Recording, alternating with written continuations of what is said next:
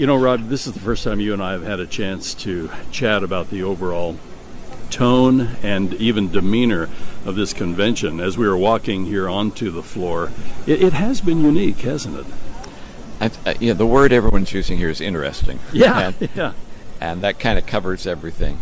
There are things. I mean, Trump, for a lot of people, especially in Utah, was a question mark. Yeah.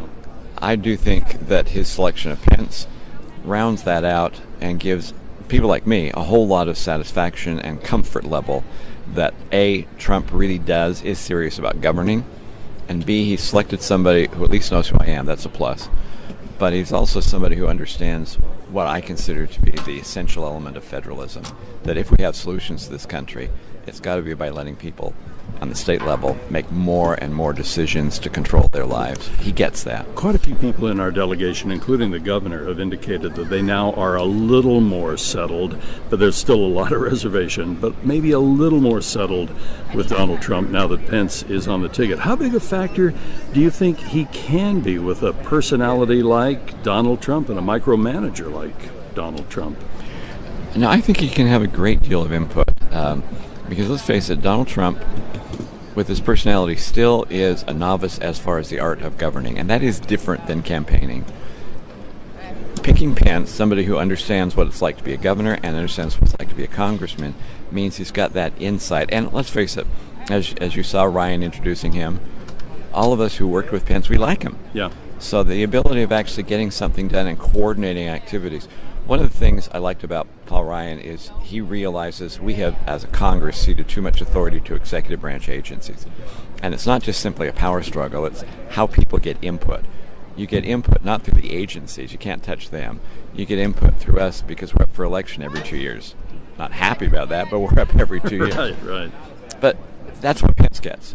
And you can see how Ryan understands it, and we're willing to work towards, I think, a more common goal. It has the potential of being something I think can be very positive. You mentioned Paul Ryan. I thought last night was a real, genuine moment. Many of the quote-unquote traditional Republicans that are running this convention and have been in elected office seem to be gritting their teeth a little bit when it comes to Donald Trump, have been somewhat reluctant on-board members of the idea of Trump for president.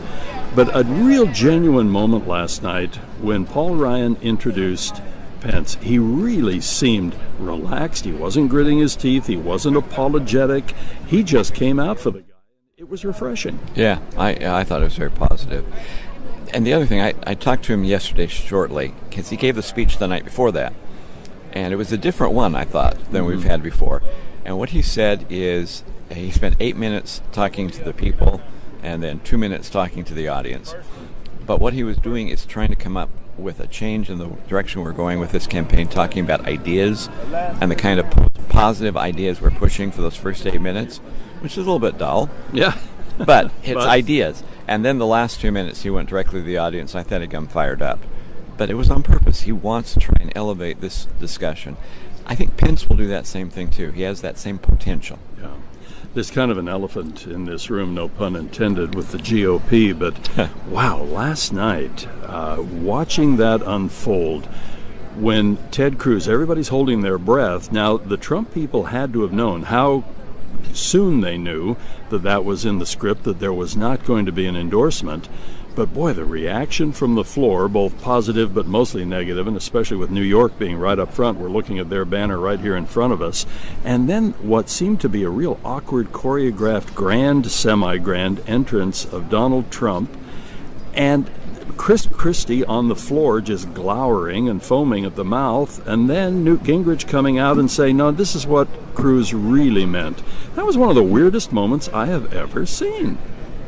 It was unartful, let's put it that way.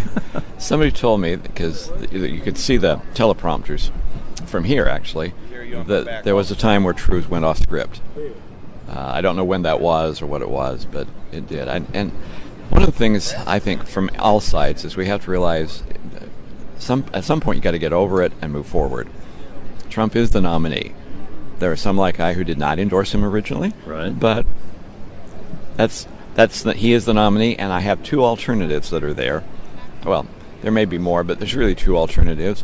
One is unacceptable. One, I have the hope, especially with Pence added to the ticket, I think the hope of something that can go forward. I wish both the audience as well as some of the speakers would just move on. What are the vibes within our delegation? Cruz just killed it in Utah. Kasich came in second. 14% went for Donald Trump. I think a lot of the Cruz support came from a little nudging from Mitt Romney. I think without that, the Cruz support wouldn't have been maybe as astronomical as it was. But now that things are shaking out the way they are our folks comfortable with everything? They're getting that way. Some people are comfortable right now. We're ready to move forward. Some people are going to take a while, but I think it's a sense of reality of what are truly the options you have, what is the best choice that you can make, and I actually trust people. The voice of the people seldom makes a mistake. If they do, we're in big trouble as society. Right. But I think people will make the right decision, and there's a comfort level that has to take place. Utah went big time for Cruz. There were a couple of other, like my original candidate Rubio was out by that time. Right. Had Utah been earlier when there were more candidates running around, I think it may have been a more diversified vote.